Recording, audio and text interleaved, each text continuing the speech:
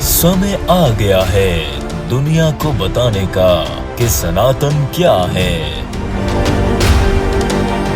अब पूरे विश्व पर सनातन राज करेगा। अब होगा अधर्मियों का विनाश और धर्म की पुनर्स्थापना।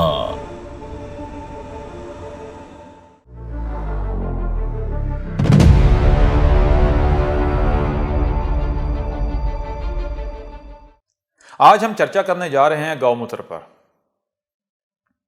गौ क्या है और गौमूत्र क्या है, इस पर चर्चा करने से पहले हम आपसे एक प्रश्न करते हैं। वो प्रश्न ये है कि आपके नजदीक गौ क्या है और गौमूत्र क्या है।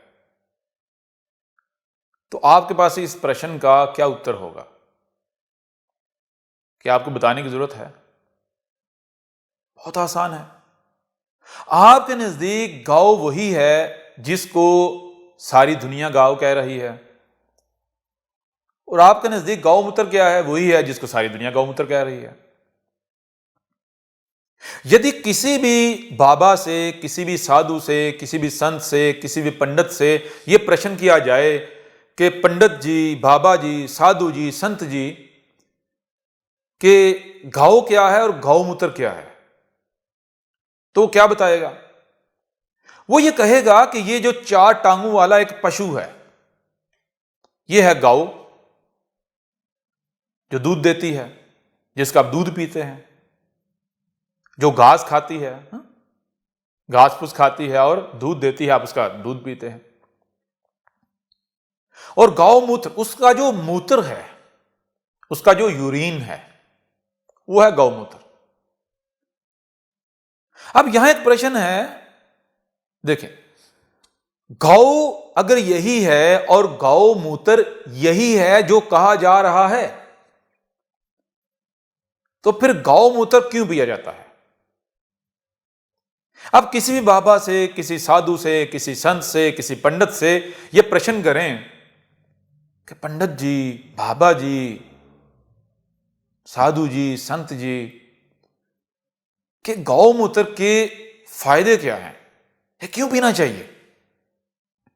तो पहली बात जो आपको शास्त्रों में मिलेगी और ये भी आपको बताएंगे, वो क्या है? वो ये है कि गौमूत्र हर हिंदू पर, हर जो धार्मिक मनुष्य है, उसके ऊपर पीना लाजिम है। ठीक है ना?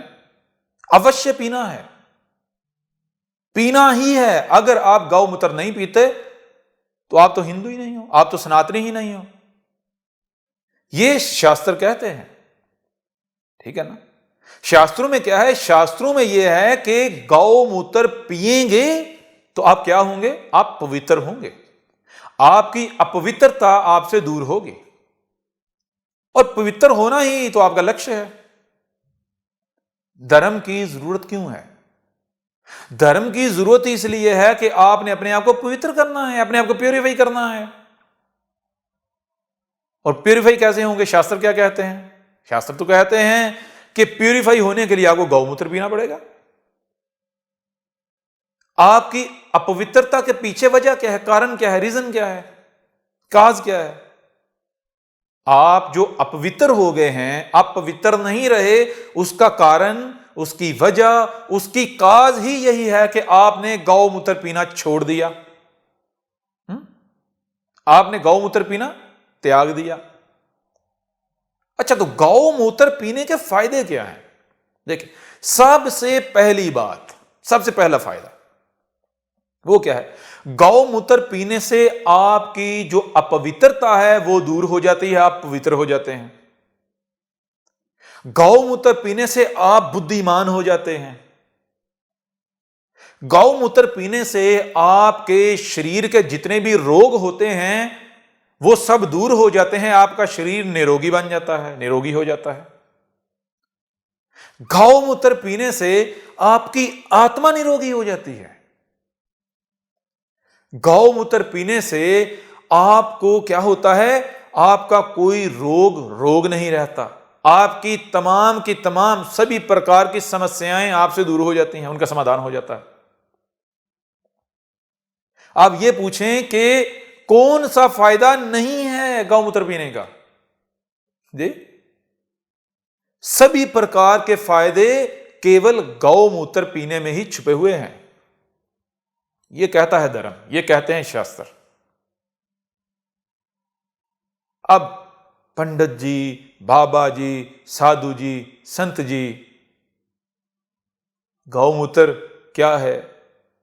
भाई गौमूत्र ही तो असल धर्म है, सनातन धर्म है। गौमूत्र पीना ही तो धर्म है। गौमूत्र पीने से आपकी सभी प्रकार की समस्याओं का समाधान हो जाएगा, कोई समस्या नहीं रहेगी। आपका शरीर जो है वो निरोगी हो जाएगा, किसी प्रकार का भी आपको रोग लगा हुआ है वो दूर हो जाएगा। आपका शरीर क्या, आपकी आत्मा जो है वो भी पवित्र हो जाएगी। फिर गौमूत्र पीने से मुक्ति मिल जाएगी। गौमूत्र पीने से मुक्ति मिल जाएगी। मुक्ति का राज किसमें है? गौमूत्र में है। अब यहां प्रश्न यह बनता है, जब गौमूत्र पीने से आप अनेकों प्रकार के जो रोग हैं उनसे निरोगी हो जाते हो, उनसे पवित्र हो जाते हो, पाक हो जाते हो, आपका शरीर पवित्र हो जाता है, आपकी आत्मा पवित्र हो जाती है, आपकी सभी प्रकार की समस्याओं का समाधान हो जाता है, तो फिर आज हमें यह बताएं कि इस विश्व में, इस दुनिया में कौन सा व्यक्ति है कि जिस व्यक्ति की समस्याओं का समाधान हुआ, जिसका शरीर निरोगी हुआ, जिसको मुक्ति मिली? क्या करने से? गौमूत्र पीने से। कौन सा गौमूत्र पीने से? वो गौमूत्र पीने से जिसको आज तक गौमूत्र समझा जाता रहा। जी, क्या आप कोई एक व्यक्ति, कोई एक मनुष्य सामने ला सकते हैं? आप एग्जाम्पल दे सकते हैं कि देखो यह है एग्जाम्पल? ठीक है, ला सकते हैं। कभी आपने विचार किया? क्या आप विचार कर रहे हैं? थोड़ा विचार करें भाई। अगर गौ वही है, गौ वही है जिसे आप गौ समझ रहे हैं कि एक 4 टांगों वाला पशु है, तो धर्म क्या कहता है? शास्त्र क्या कहता है? शास्त्र तो कहते हैं गौ में, यानी जितने भी भगवान हैं, सभी के सभी भगवान, सभी की सभी देवियां, सभी के सभी देवता कहां वास करते हैं? गौ में। अगर गौ यही गाय है, कौ है, जो 4 टांगों वाला पशु है, जो दूध देती है, तो पहली बात, उसमें सभी प्रकार के भगवान, सभी जितने भी भगवान हैं, जितनी भी देवियां, जितने भी देवता हैं, उन सबको इस गाय के अंदर होना चाहिए। फिर गौ की पूजा करने से सभी जितने भी भगवान हैं, जितनी भी देवियां, जितने भी देवता हैं, उनको खुश होना चाहिए, उनको प्रसन्न होना चाहिए, अगर यही गाय है। अब यही गाय है, यदि यही गाय है जिसको आप गाय समझ रहे हैं, यही गौ है जिसे आप गौ समझ रहे हैं, यही गौ पूजा है जो गौ पूजा के नाम पर आप कर रहे हैं, तो बताएं कोई एक भी भगवान, कोई एक भी देवी, कोई एक भी देवता ऐसा होना चाहिए जो आपसे प्रसन्न ना हो? यदि जब सभी के सभी प्रसन्न हों, तो फिर आपको कोई रोग लगना चाहिए, आपको किसी भी प्रकार के किसी रोग का, किसी समस्या का, किसी मुश्किल का सामना करना चाहिए। आपके जीवन में कोई समस्याएं होनी चाहिए, कोई समस्या होनी चाहिए, कोई मुश्किल होनी चाहिए, कोई तकलीफ होनी चाहिए, कोई दुख होना चाहिए, बताए ना जरा। फिर अगर यदि यही गौमूत्र है जिसको आप गौमूत्र समझ रहे हैं, तो इसके पीने से आपके शरीर को पवित्र हो जाना चाहिए या नहीं हो जाना चाहिए? आपकी सभी प्रकार की समस्याओं का समाधान हो जाना चाहिए या नहीं हो जाना चाहिए? आपको निरोगी हो जाना चाहिए या नहीं हो जाना चाहिए? बताइए ना जरा। मुक्ति मिलनी चाहिए या नहीं मिलनी चाहिए? आपको बुद्धिमान हो जाना चाहिए या नहीं हो जाना चाहिए? आपको पूरे विश्व, पूरे संसार के मनुष्य जाति के लिए, हर बंदे के लिए, हर व्यक्ति के लिए एक एग्जाम्पल बन जाना चाहिए या नहीं बन जाना चाहिए? तो फिर ऐसा क्यों नहीं होता? ऐसा क्यों नहीं हो रहा? इसका मतलब, इसका अर्थ तो यह बनता है कि यह सारा के सारा पाखंड है। यानी गौर करें जरा, धर्म, धर्म क्या है? धर्म ये है गौ पूजा करना। ये क्या है? ये धर्म है। जो गौ पूजा करते हैं वो धर्मी हैं, और जो गौ पूजा नहीं करते वो अधर्मी हैं। धर्म क्या है? गौ पूजा करना। धर्म क्या है? गौमूत्र पीना। जो धर्मी हैं उनको सफलता प्राप्त होगी हर कार्य में, हर कर्म में। उनको कोई रोग नहीं लगेगा, उनको किसी समस्या का सामना नहीं करना पड़ेगा। उनके जीवन दूसरों के लिए एग्जाम्पल्स होंगे। दूसरे उनके जीवन को देख के अश अश करेंगे। वो चाहेंगे कि काश हमारा भी जीवन ऐसा हो जाए, हमारा भी शरीर ऐसा हो, हमारे भी बच्चे ऐसे हो, हमारी संतान ऐसी हो जी, हम भी ऐसे बोलें, हमारी भी ऐसी बुद्धि हो। धर्म ये कह रहा है। अब जो धर्म कह रहा है वो करने से अगर वो प्राप्त नहीं होता तो इसका मतलब क्या? इसका अर्थ क्या है? धर्म झूठा है, धर्म गलत है। अब दो ही बातें बचती हैं। पहली बात कि धर्म गलत है। दूसरी बात, अगर धर्म गलत नहीं है, धर्म सही है, तो फिर जो धर्म कह रहा है उसको समझा ही नहीं गया। यानी धर्म के नाम पर जो कर रहे हैं वो सही नहीं है, वो ठीक नहीं है। आपने उसे समझा ही नहीं जो धर्म कह रहा है। विचार कर रहे हैं? अब देखें, जरा गौर करें, जरा विचार करें। बाबा, साधु, संत क्या कहते हैं? पंडित क्या कहते हैं? हम तो क्या कर रहे हैं? धर्म की रक्षा कर रहे हैं। हम तो धर्म के रक्षक हैं, धर्म की रक्षा कर रहे हैं। ओ भाई, अगर आप धर्म की रक्षा कर रहे हो तो आप यह बताओ कि धर्म को किस दुश्मन की जरूरत है? जिस प्रकार की आप धर्म की रक्षा कर रहे हो, धर्म को किसी दुश्मन की जरूरत है? बताएं जरा। धर्म को किसी एनिमी की जरूरत है? धर्म के साथ दुश्मनी क्या है? धर्म के साथ दुश्मनी यह है कि जो लोग हैं, जो मनुष्य जाति है, वो धर्म की तरफ ना आए, धर्म से दूर हो जाए। वो धर्म की तरफ ना आए, वो धर्म से दूर हो जाए, वो धर्म के ऊपर उंगली उठाए और धर्म गलत साबित हो। यदि आप लोगों को, दुनिया को, विश्व को यह बताएंगे कि धर्म क्या है, धर्म गौ माता क्या है, यानी गौ क्या है? ये 4 टांगों वाला एक पशु है। और गौ क्या है? माता है। गौ क्या है? माता है। तो कौन है गौ माता? ये जो 4 टांगों वाला पशु है। गौ माता की पूजा करने से सभी भगवान, सभी देवता, सभी देवियां प्रसन्न होते हैं। वो कहां बसते हैं? गौ में बसते हैं। तो गौ क्या है? ये पशु है, 4 टांगों वाला, दूध देने वाला। तो सभी देवियां, सभी देवता कहां बसते हैं? गौ में बसते हैं।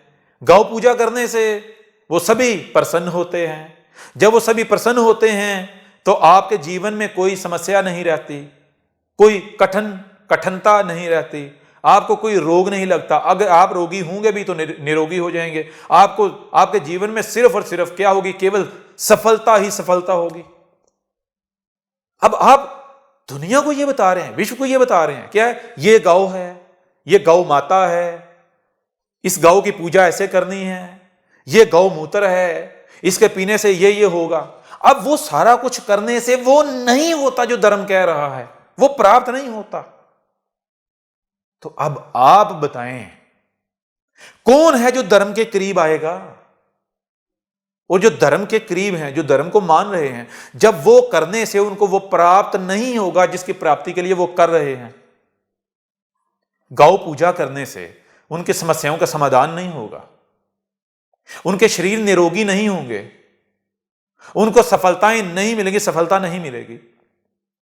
वो रो रहे होंगे, वो कराह रहे होंगे, उनके आंसू निकल रहे होंगे, वो पीड़ा में होंगे, वो सुखों की बजाय दुखों में होंगे। तो धर्म पर उंगली उठेगी या नहीं? धर्म पर प्रश्न उठेगा या नहीं? सवाल उठेगा या नहीं? गौ मूत्र पीने से रोग दूर होते हैं, तो जिसको आप गौमूत्र कह रहे हैं वो पीने से वो प्राप्त होता है, जिस्म शरीर निरोगी हो जाते हैं। अगर नहीं होते तो आप ये बताएं कि ये सारा कुछ देखकर दुनिया का कौन सा मनुष्य है, कौन सा बुद्धिमान मनुष्य है जो धर्म की तरफ आएगा? या फिर अगर किसी में, यदि किसी में थोड़ी सी भी, अखरोट जितनी भी बुद्धि होगी ना, अखरोट के दाने जितनी भी, तो वो क्या करेगा?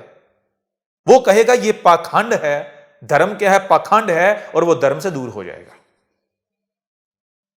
और आज आप ये बताएं, जरा विचार करें, दुनिया, लोग धर्म के करीब आ रहे हैं या धर्म से दूर हो रहे हैं?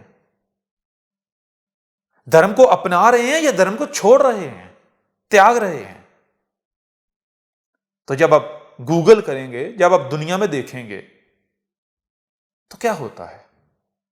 आप अपने इर्द गिर्द देख लें, आप जो जिसे आप ये समझते हैं कि भाई ये होता है धर्मी होना, तो आप ऐसा करें, अपने आप को धार्मिक बना के जाएं, तिलक लगाएं, कुर्ता पहने, लाचा पहने, पूरा ऐसा हुलिया बनाएं, अपने आप को ऐसा डिजाइन करें कि जो डिजाइनिंग, जो पेंटिंग आपके नजदीक धर्म में है, एक धार्मिक होता है। ठीक है ना, एक धार्मिक मनुष्य होता है।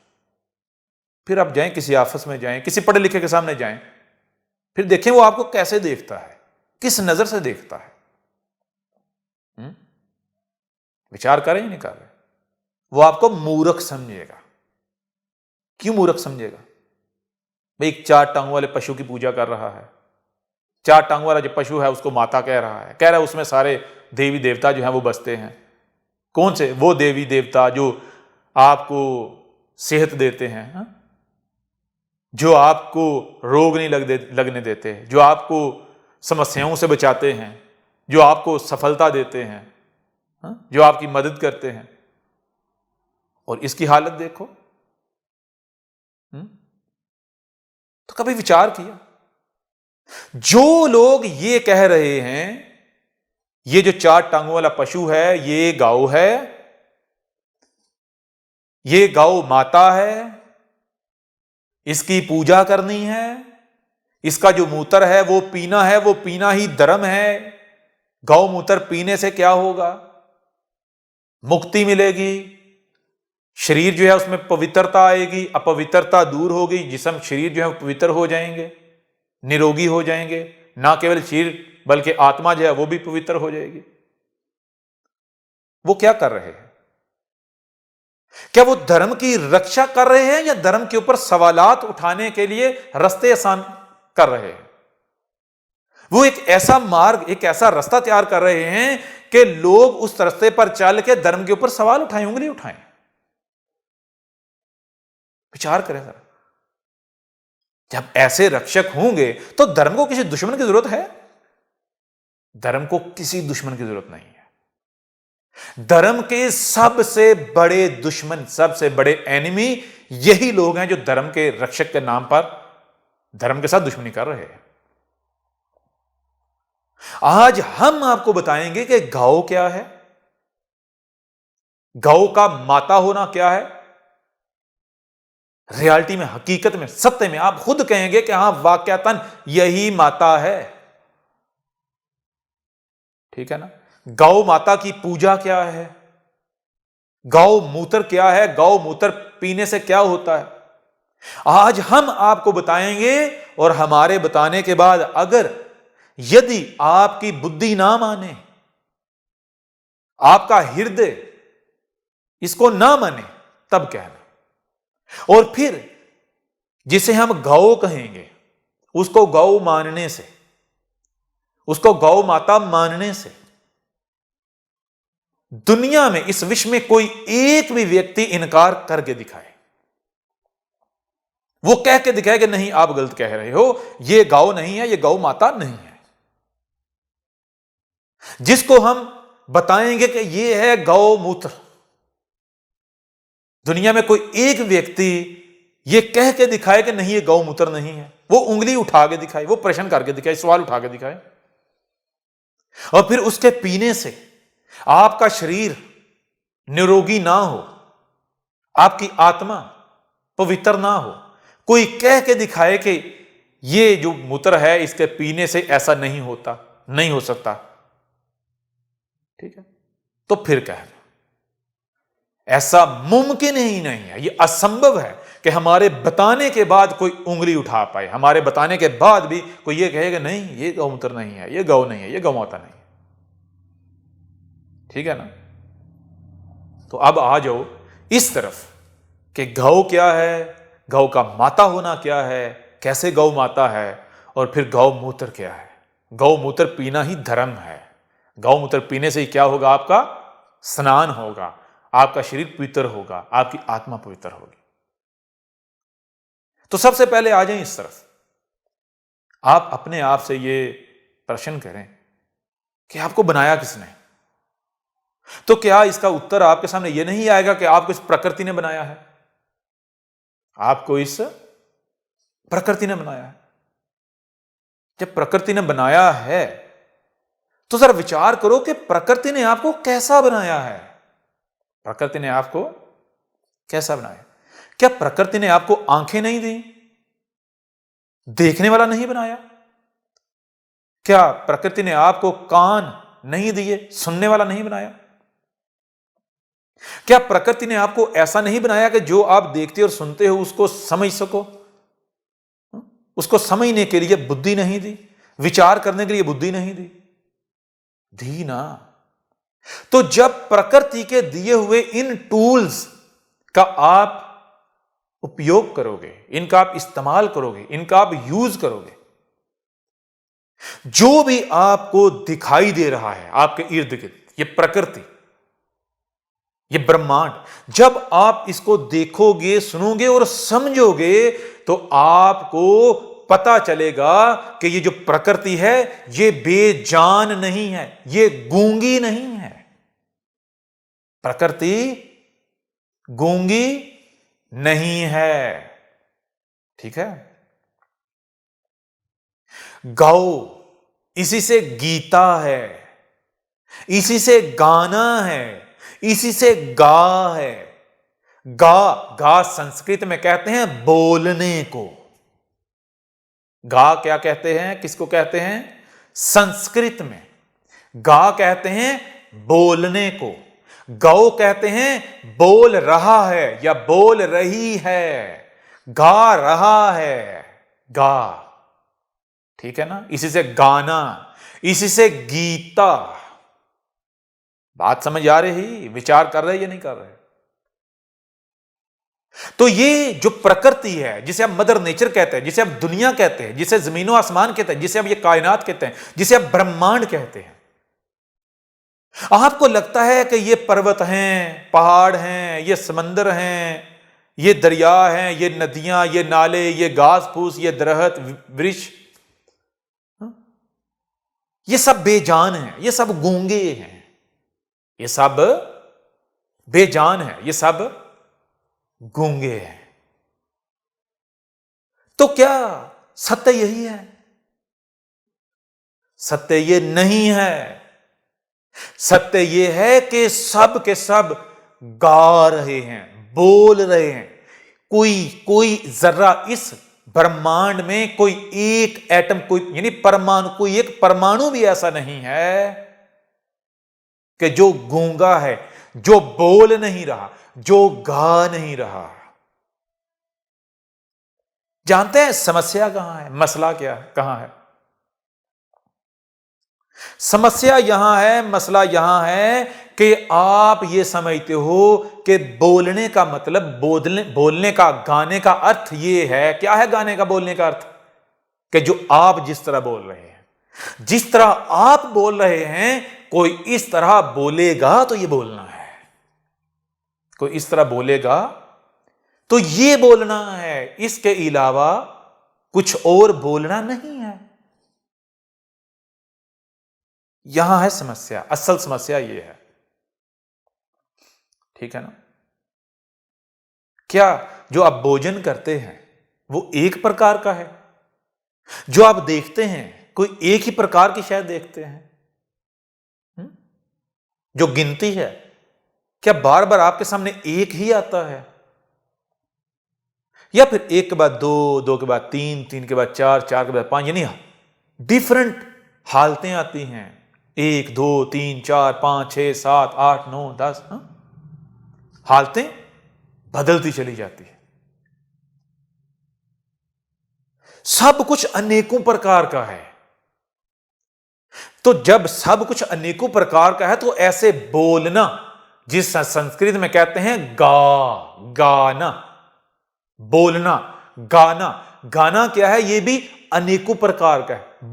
बोलना क्या है? अनेकों प्रकार का है।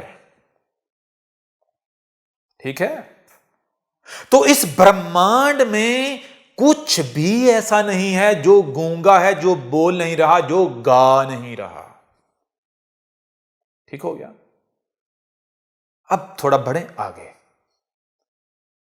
आप ऐसा करें, आप अपने आप को सामने रखें। हम आपसे ये प्रश्न करते हैं, क्या आप किसी को भी ये इजाजत देंगे, ये अधिकार देंगे कि कोई भी आए और आपके जिस्म को छेड़ना शुरू कर दे, चीरना शुरू कर दे, फाड़ना शुरू कर दे, इसे तकलीफ देना शुरू कर दे, आपकी मर्जी, आपकी चाहत के खिलाफ कुछ करना शुरू कर दे, इसके अगेंस्ट कुछ करना शुरू कर दे? कोई आए और आकर कहे कि ये जो टांग है यहां ठीक नहीं, इसको काटूंगा और सर पे लगाऊंगा, यहां होनी चाहिए। ये कान यहां ठीक नहीं लग रहा, इसको यहां होना चाहिए। यानी जो आपका शरीर है जैसा है वैसा नहीं होना चाहिए। इसमें यहां यहां यहां यहां क्या होनी चाहिए? तब्दीली होनी चाहिए, बदलाव होना चाहिए। क्या आप किसी को यह अधिकार देंगे? बताएं जरा। देंगे? या आप ये बताएं, आपके शरीर में कौन सा अंग है कि जिसको काटने से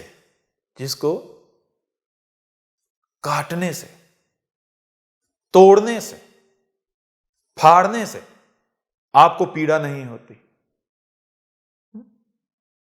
तो आपको पता चलेगा उसको काटने से पीड़ा नहीं होती जो आपके शरीर से, आपके अंग से अलग हो जाता है। बाल काटते हैं, पीड़ा नहीं होती। नाखून काटते हैं, पीड़ा नहीं होती।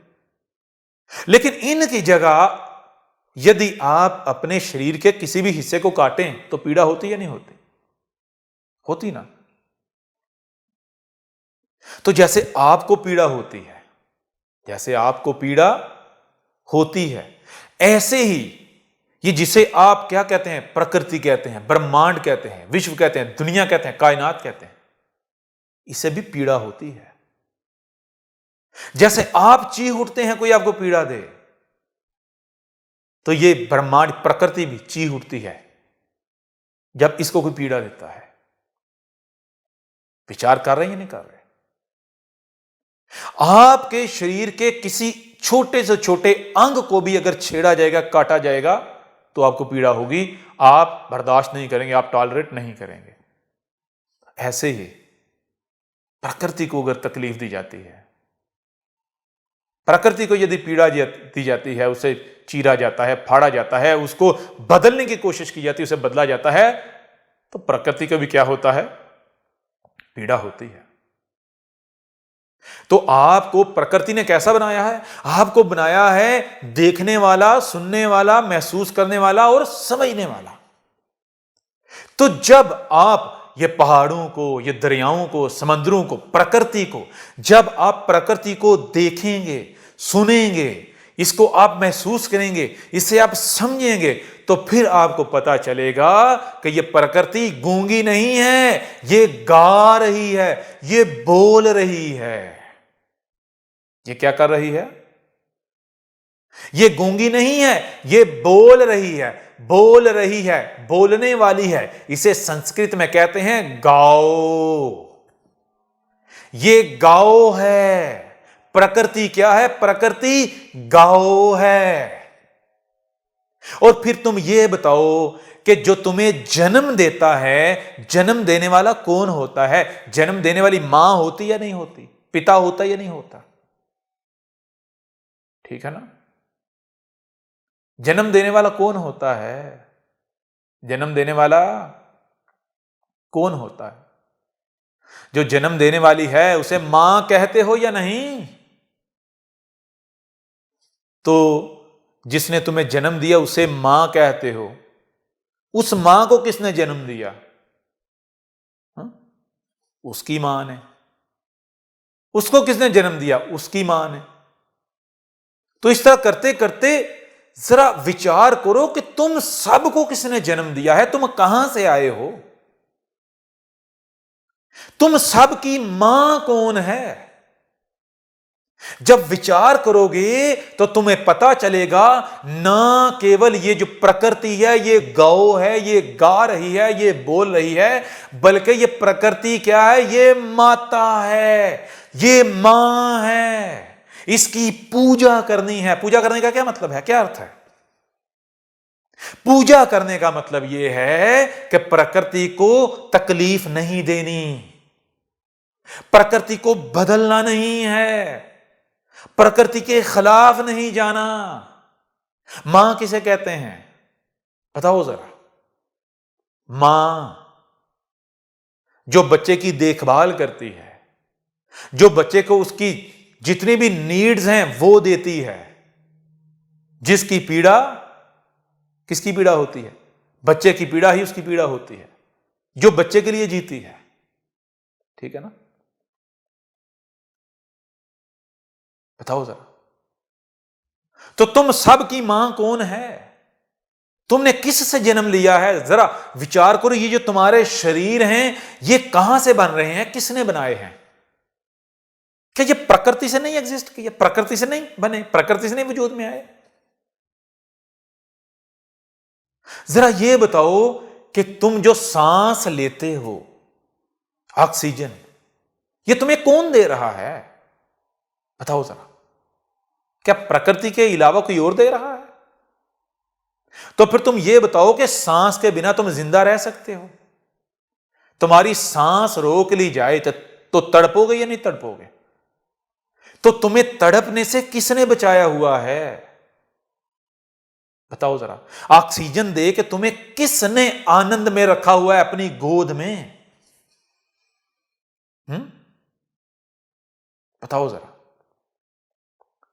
तो जब तुम विचार करोगे, जो तुम्हारी बुद्धि है उसका उपयोग करोगे, तो तुम्हारे सामने आएगा कि ये जो प्रकृति है, क्या ये पहाड़, ये पर्वत, ये चट्टानें, ये दरख्त, ये दरिया, ये समंदर जिसे तुम मदर नेचर कहते हो, ये धरती माता, धरती, इस धरती का एक एक अंग, ये जो प्लेनेट है, होम प्लेनेट, इसके जो अतराफ में, इसकी जो साइडों पर जो गैसेस की लेयर्स हैं,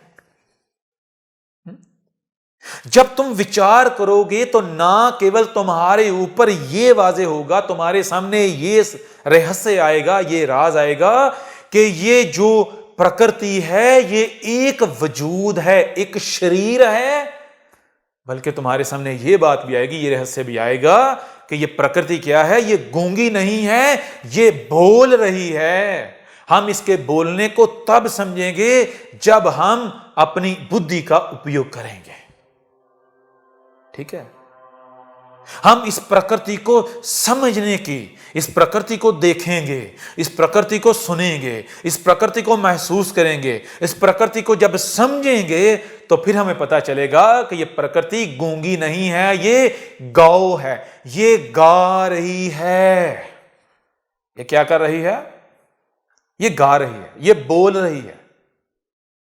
हम बहरे बने हुए हैं, हमने अपने कान बंद किए हुए हैं। ठीक है? और फिर तुम्हारे सामने यह भी आएगा कि यह प्रकृति क्या है? यह प्रकृति देखो, मेरी मां हो गई ये, उसकी मां हो गई वो, उसकी मां हो गई वो। हम सब की मां कौन है? जैसे हम में से हर किसी की मां है, ऐसे ही हम सब की एक मां है। हम सब की एक मां है।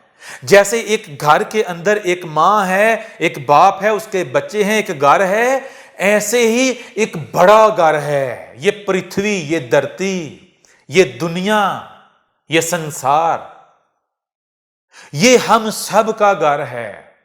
और हम सब जितने भी जीव जंतु हैं, हम क्या हैं, जैसे एक घर में हम बहन भाई होते हैं, कुछ भाई बहन भाई छोटे होते हैं, कुछ बड़े होते हैं, कुछ समझदार होते हैं, कुछ नासमझ होते हैं। ऐसे ही ये जो दुनिया है, ये जो संसार है, ये एक घर है और इसमें जितने भी जीव जंतु हैं, जितने भी जीव जंतु, सब के सब क्या हैं, हम सब के सब बहन भाई हैं।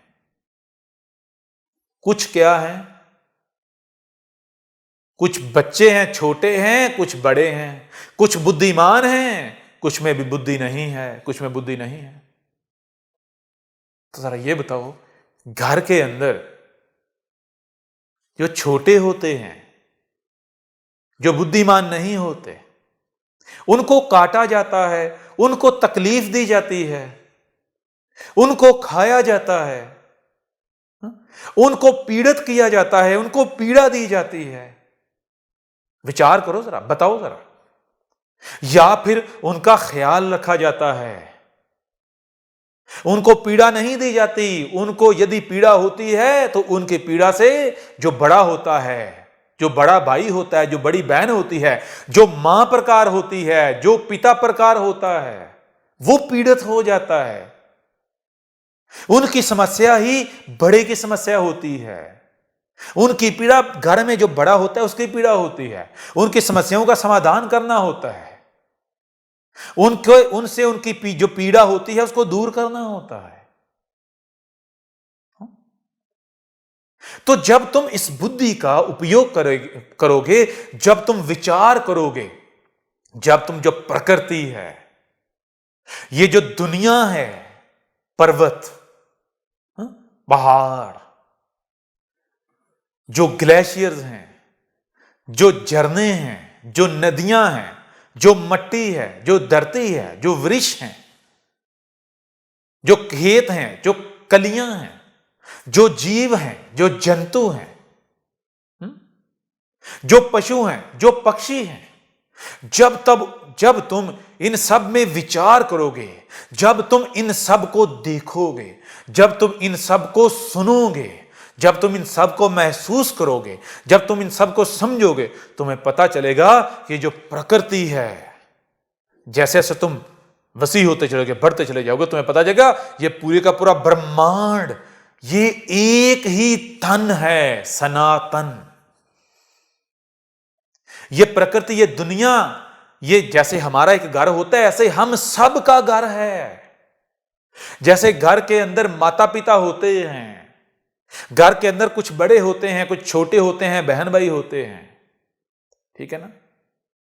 जैसे रिश्ते होते हैं, रिश्तेदार होते हैं, ऐसे ही ये जो धरती है, ये जो दुनिया है, ये जो संसार है, इसमें जितने भी जीव जंतु हैं, जितने भी प्रकार की जातियां हैं, इनमें ये जो मनुष्य जाति है, ये मनुष्य जाति इनमें किस समान है, जैसे तुम्हारे अपने घर में जो माता होती है, जो पिता होता है, ठीक है ना।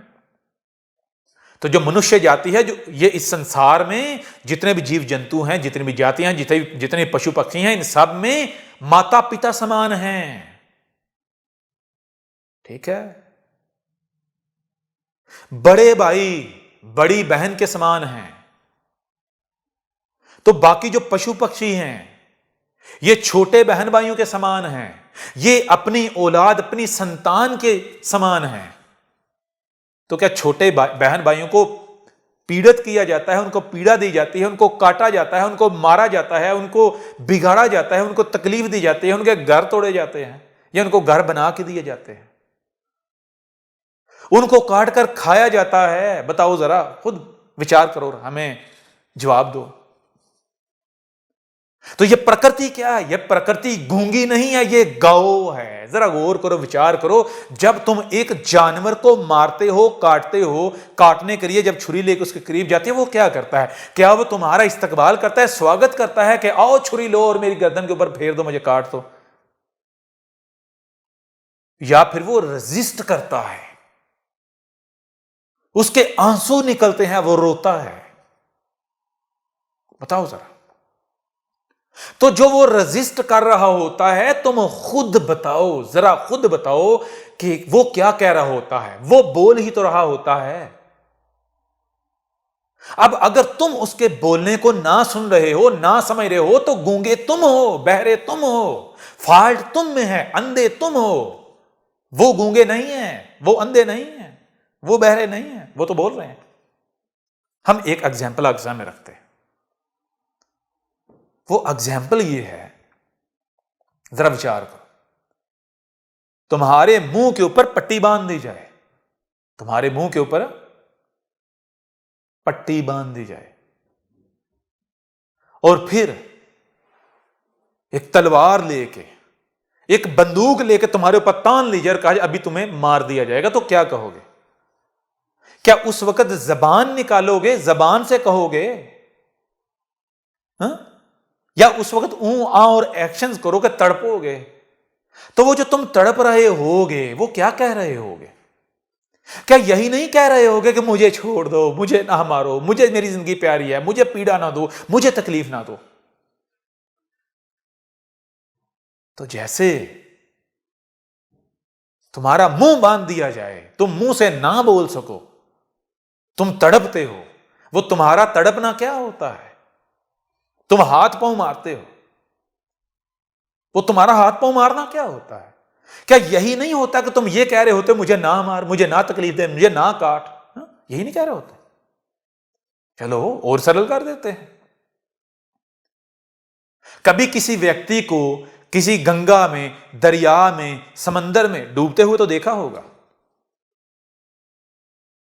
यदि नहीं तो इंटरनेट पर देख लो। वो उस वक्त क्या करता है? जब उसके आसपास कोई नहीं होता तो वो क्या करता है? क्या वो दरिया को, वो गंगा को, वो समंदर को जबान से ये कह रहा होता है कि है समंदर मुझे ना डुबो, मुझे ना डुबो, ए दरिया, ए गंगा मुझे ना डुबो, मुझे ना डुबो? जबान से कह रहा होता है या फिर हाथ पांव मार रहा होता है? वो जो हाथ पांव मार रहा होता है वो क्या है, वो क्यों मार रहा होता है? वो हाथ पांव मार के वो क्या कहे? वो समंदर को, वो गंगा को, वो दरिया को उसकी भाषा में कह रहा होता है कि मैं नहीं डूबना चाहता, मुझे ना डुबो। ठीक है ना? वो हाथ पांव मारना, वो हाथ पांव मारना दरिया की, पानी की, गंगा की, समंदर की जबान है, भाषा है। गंगा है, कोई नदी है, कोई तालाब है, दरिया है, समंदर है, वो क्या कहता है? जब तुम करीब जाते हो कहता है मेरे अंदर ना आना, छलांग ना लगाना, वरना क्या होगा? तेरी मृत्यु हो जाएगी। गोते आएंगे, तड़प तड़प कर मर जाएगा। आप कहते हो मैं तो अंदर आना चाहता हूं, तो क्या कहता है? वो कहता है यदि तू अंदर आना चाहता है तो फिर तुझे क्या करना पड़ेगा? मुझे यह कहना पड़ेगा कि मुझे ना डुबोना, मुझे पानी के, मुझे अपने ऊपर रखना, मुझे लोरी देना, मुझे तैराना। तो वो समंदर, वो दरिया, वो पानी, वो क्या कहेगा? वो कहता है कि मुझे अपनी जबान में ये नहीं कहना, क्योंकि तेरी जबान अलग है, मेरी जबान अलग है, मैं तेरी भाषा नहीं समझता, मैं अपनी भाषा समझ। मुझे मेरी भाषा में यह बताना है कि मुझे तैरा के रखना है, मुझे डुबोना नहीं। वो मेरी भाषा क्या है? वो बताता है तूने ऐसे हाथ और पांव मारने हैं, तूने अपने जिस्म से ऐसे ऐसे एक्शंस करने हैं, तो तेरे जो एक्शंस होंगे ये मेरी भाषा है। मैं समझ जाऊंगा कि तू मुझे कह रहा है कि मुझे डुबोना नहीं है, मुझे तैराना है, तो मैं तुझे नहीं डुबाऊंगा, मैं तुझे तैरा के रखूंगा। विचार कर रहे हो या अभी भी नहीं कर रहे? ठीक है ना? तो जब आप विचार करेंगे प्रकृति में तो आपको पता चलेगा ये प्रकृति क्या है। ये प्रकृति एक तन है, एक वजूद है। ये जितने भी जीव जंतु हैं, ये जितनी भी क्रिएशंस हैं, जितनी भी क्रिएशंस हैं, ये प्रकृति के अंग हैं। जैसे आपके शरीर के अंदर आपके शरीर के अंग हैं, तो इनमें से किसी को भी अगर तकलीफ दी जाएगी, यदि तकलीफ दी जाएगी तो ये तकलीफ किसकी होगी? प्रकृति की। ये तकलीफ आप प्रकृति को दोगे।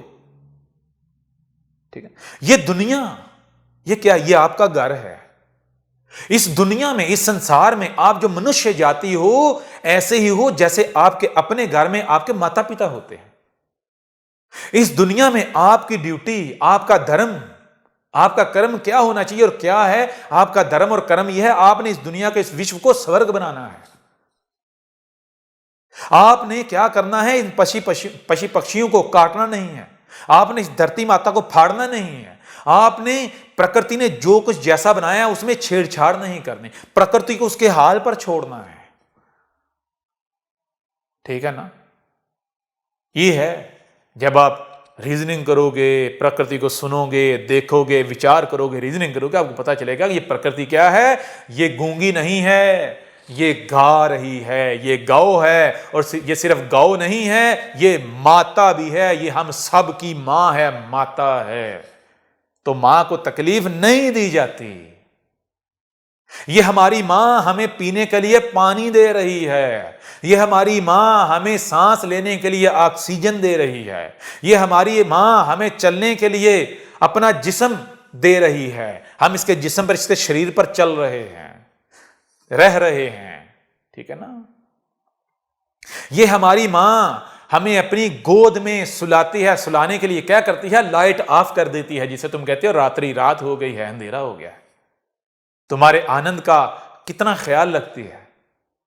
और फिर तुम अंधेरे से डर ना जाओ, उकता ना जाओ, थक ना जाओ। फिर क्या करती है? फिर रोशनी कर देती है। उठो, जागो, खेलो, कूदो। तुम्हारे खेलने कूदने का एहतमाम करती है, लाइट बल्ब जलाती है।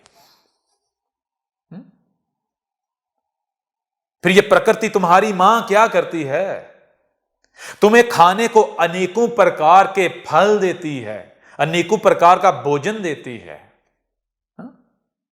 और ये प्रकृति तुम्हें देखने को, देखो क्या क्या नजारे नहीं दिखाती।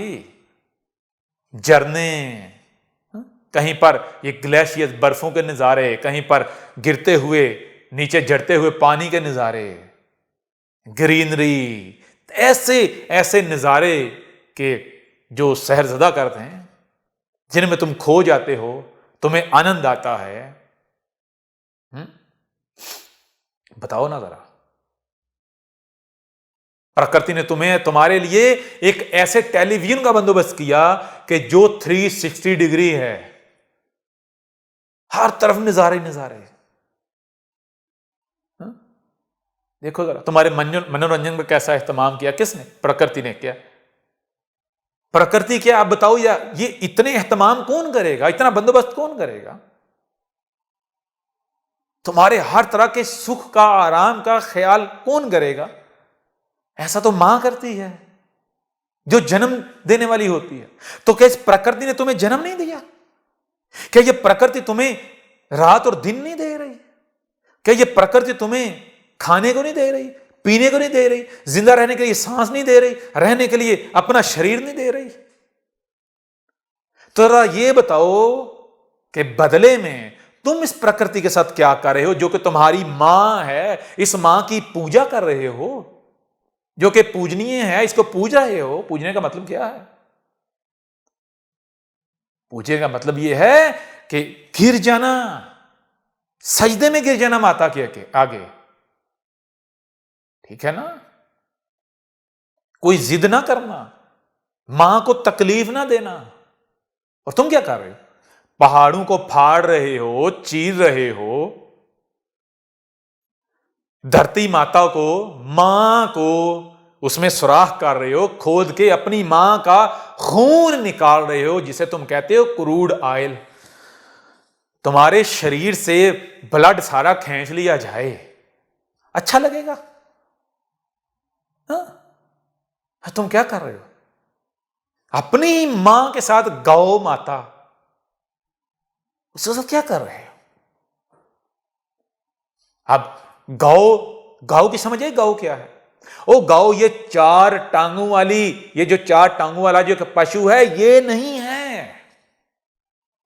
और ये नहीं है तो इसका ये भी मतलब नहीं है, ये भी अर्थ नहीं है कि अब उसको काटना शुरू कर दिया जाए और उसके साथ ज्यादती करना शुरू कर दी जाए, या उसके साथ कुछ जुल्म कर उसको कोई काट रहा है तो कहा जाए ठीक है, ये कौन सी गौ है, ये कौन सी हमारी मां है, तुम काटो नहीं।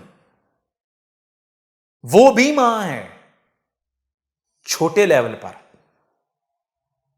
वो भी तुम्हें दूध दे रही है, तुम्हें तुम्हारी नीड दे रही है। कैसे दे रही है? अपने शरीर के अंग अंग से निकाल के। उसमें भी जान है, उसमें भी फीलिंग्स हैं, उसमें भी इमोशंस हैं, जैसे तुम में है। ठीक है ना? लेकिन जिस गौ का जिक्र किया गया है, धर्म ने जिसे गौ कहा है, वो गौ ये पशु नहीं है, ये प्रकृति है। ये प्रकृति तुम्हारी माता है। और गौ मूत्र क्या है? गौ मूत्र है क्या? गौ मूत्र है, जरा गौर करो, अभी तुम्हें समझ आ जाएगी मूत्र क्या होता है। कभी किसी साइंटिस्ट से पूछो मूत्र किसे कहते हैं। मूत्र कहते हैं जो आपका जिस्म जो ये काम करता है ना, प्रोसेस करता है, आपके जिस्म का जो एक एक सेल जो प्रोसेस करता है, उससे जो जिसे आपके लिए वो वेस्ट होता है, आपका नजर वो वेस्ट होता है, रियलिटी में वो क्या होता है? वो अर्क होता है। रियलिटी में क्या होता है? वो अर्क होता है, निचोड़ होता है। ठीक है ना? यानी मूत्र क्या होता है? मूत्र आपके शरीर के अंग अंग की एक्सट्रेशंस होती हैं, एक्सट्रैक्ट होता है वो। ठीक है? अब तुम्हारी ये अनेकों प्रकार की भाषाएं हैं, उनमें तुम खुद जो है वो जैसा जी चाहे शब्द उसका उपयोग कर लो। हिंदी में क्या कहते हैं, संस्कृत में क्या कहते हैं, इंग्लिश में क्या कहते हैं, किस भाषा में क्या कहते हैं। जो मूत्र होता है वो शरीर के अंग अंग से एक्सट्रैक्ट होके नुचड़ के आता है, निकलता है, निचोड़ होता है पूरे शरीर का। ठीक है ना? ऐसे ही गौमूत्र, गौमूत्र क्या है? गौमूत्र गौर करना जरा। गौमूत्र ये जिसे तुम फ्रूट्स कहते हो, उच्च भोजन जो प्रकृति के अंग अंग से एक्सट्रैक्ट होके आता है, धरती के अंग अंग से जो एलिमेंट्स हैं वो एक्सट्रैक्ट होके आते हैं, और वो अनेकों प्रकार के जो फल हैं उनका रूप धारते हैं। ये है गौमूत्र। ठीक है? ये जिसे तुम पानी कहते हो, कौन सा पानी? वो जो शिव जी जो पर्वत हैं ऊंचे सफेद, जहां ग्लेशियर हैं, वो ग्लेशियर पिघल के जो पानी आता है, उस पानी से जो धरती में जो वृक्ष निकलते हैं, दरख्त निकलते हैं, ट्रीज, जिनके ऊपर फल होते हैं अनेकों प्रकार के, अनेकों रंगों के, अनेकों जायकों वाले, टेस्ट वाले, अनेकों प्रकार के, अनेकों तरह की उनकी डिजाइनिंग्स होती हैं, वो है गौमूत्र। उसको पीना था। क्या करना था? उसको पीना था। जब तुम वो पियोगे, यानी वो जो उच्च भोजन है वो भोजन करोगे, वो खाओगे, तो फिर किसी भी प्रकार का तुम्हें रोग नहीं लगेगा। ना तुम्हारा शरीर रोगी बनेगा, ना तुम्हारी आत्मा रोगी बनेगी। ठीक है ना? आगे चल के तुम्हें बताएंगे कैसे। आगे चल के तुम्हें बताएंगे जो तुम कर्म करते हो ये कर्म हैं क्या। ठीक है ना? थोड़ा सा यहां तुम्हारे ऊपर जो है ये स्पष्ट कर देते हैं, तुम्हें बता देते हैं। समय आ गया है दुनिया को बताने का कि सनातन क्या है। अब पूरे विश्व पर सनातन राज करेगा। अब होगा अधर्मियों का विनाश और धर्म की पुनर्स्थापना।